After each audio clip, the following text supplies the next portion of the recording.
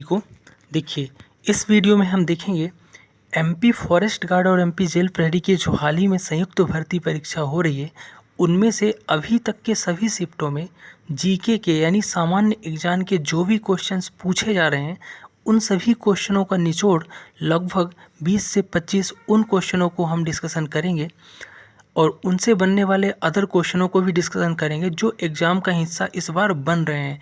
तो आने वाले शिफ्टों पे जिनका भी एग्ज़ाम अभी है तो उनके लिए ये वीडियो काफ़ी इम्पोर्टेंट होने वाला है। पहले क्वेश्चन से शुरू करेंगे। तो यहाँ पे हिस्ट्री का क्वेश्चन बहुत आ रहा है कि साइमन कमीशन किसके लिए नियुक्त किया गया था। ठीक है, तो साइमन कमीशन से रिलेटेड जितने भी टॉपिक्स हैं या जितने भी कॉन्सेप्ट हैं वो आपको पता होना चाहिए। साइमन कमीशन जो है ना, भारतीय संवैधानिक सुधार के लिए भारत में ब्रिटेन के द्वारा नियुक्त एक कमीशन है जो भारत भेजा गया था। ठीक है, और ये बात है आपकी 1927 की। 1927 में क्या हुआ था, वायसराय लॉर्ड इरविन जो है ना, महात्मा गांधी को दिल्ली बुलाया और बोला कि भारत में संवैधानिक सुधार के लिए एक रिपोर्ट तैयार की जा रही है और ब्रिटेन से इसके लिए 1928 में साइमन कमीशन आया जिसकी अध्यक्षता जॉर्ज साइमन ने की थी। ठीक है, तो इसका जो राइट आंसर आपका हो जाएगा वो हो जाएगा भारत के संवैधानिक सुधार के लिए साइमन कमीशन भारत आया। लेकिन इसका बहुत ही विरोध हुआ। विरोध क्यों हुआ? क्योंकि इसमें एक भी भारतीय नहीं था, जबकि भारतीयों के लिए ही कानून बनाना था। तो इस विरोध में पंजाब केसरी लाला लाजपत राय जो लाठीचार्ज के दौरान वो शहीद हो गए थे। तो ये चीज़ें भी आपको याद रखना है। इसे 1929 में नियुक्त होना था बट ये विरोध के कारण नियुक्त नहीं हो पाया। ठीक है, तो ये चीज़ें आपको याद रखनी है।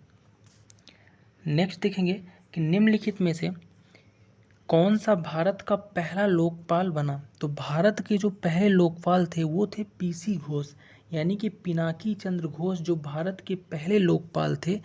और फिलहाल की मैं बात करूँ वर्तमान में कौन है भारत के लोकपाल, तो दूसरे और वर्तमान में भारत प्रदीप कुमार मोहंती, जस्टिस प्रदीप कुमार मोहंती वर्तमान हो जाएगा। और पहला पूछे तो पीसी घोष यानी पिनाकी चंद्र घोष पहला हो जाएगा। दोनों चीज़ें आपको याद रखना है। लोकपाल क्या है, तो लोकपाल एक भ्रष्टाचार विरोधी जो प्राधिकरण है ना, उसका एक निकाय है जो भारत गणराज्य के लिए क्या है, जनहित का प्रतिनिधित्व करता है। ठीक है, तो आपको ये चीज़ें याद रखनी है। नेक्स्ट है, निम्नलिखित में से किस रेलवे स्टेशन को हाल ही में भारतीय उर्वरक सुरक्षा और मानक प्राधिकरण द्वारा 5 स्टार ईट राइट स्टेशन के रूप में प्रमाणित किया गया है। तो ईट राइट स्टेशन के रूप में मध्य प्रदेश का ही एक रेलवे स्टेशन है जिसका नाम है रानी कमलापति रेलवे स्टेशन। पहले इसका नाम था हबीबगंज रेलवे स्टेशन। इसे ईट राइट स्टेशन के लिए 5 स्टार का सर्टिफिकेट मिला है। तो आपको ये चीज़ें याद रखना है। नेक्स्ट है, निम्नलिखित में से कौन मैहर घराने से जुड़े हैं। तो मैहर घराने से जुड़े हुए व्यक्ति हैं उस्ताद अलाउद्दीन खान, जो मैहर घराने से जुड़े हुए एक बंगाली सरोद वादक हैं। कभी कभी पूछ देता है कि अलाउद्दीन खान कौन है, तो ये एक सरोद वादक हैं, संगीतकार भी रह चुके हैं। तो ये चीज़ें आपको याद रखनी है। नेक्स्ट है, चंद्रगुप्त मौर्य ने कौटिल्य की सहायता से मगध में डॉट डॉट की शक्ति को उखाड़ फेंका और 322 ईसा पूर्व में एक शानदार मौर्य साम्राज्य की स्थापना की।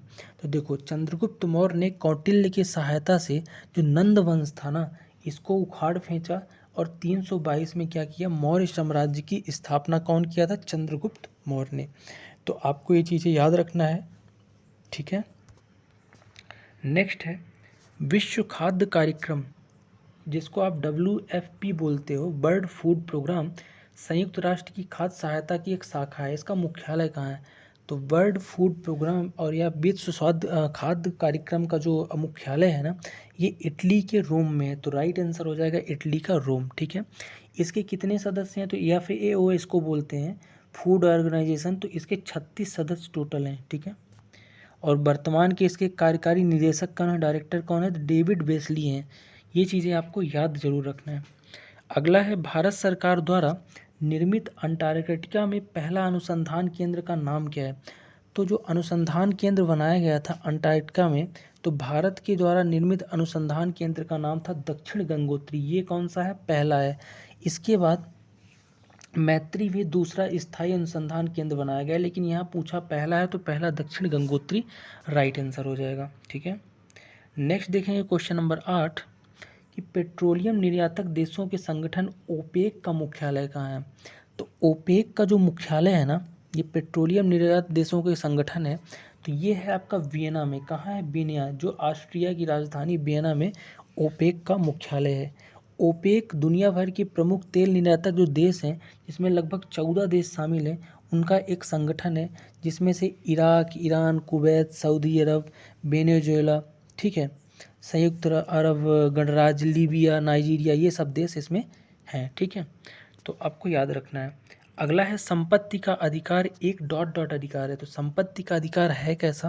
तो संपत्ति का अधिकार जो है ना, एक प्रकार का आपका इस समय कानूनी अधिकार है। कैसा है? प्रारंभ में जब संविधान बना था तो ये आपके मूल अधिकार में था, ठीक है। बाद में इसे हटा के आर्टिकल 300A में जोड़ दिया गया और कानूनी अधिकार बना दिया गया। आपको ये चीज़ें याद रखनी है, ठीक है। तो संपत्ति का अधिकार 44वें संविधान संशोधन 1978 में इसे मौलिक अधिकार से हटा के कानूनी बना दिया गया। नेक्स्ट है भारतनाट्यम किस राज्य का प्रसिद्ध नृत्य है।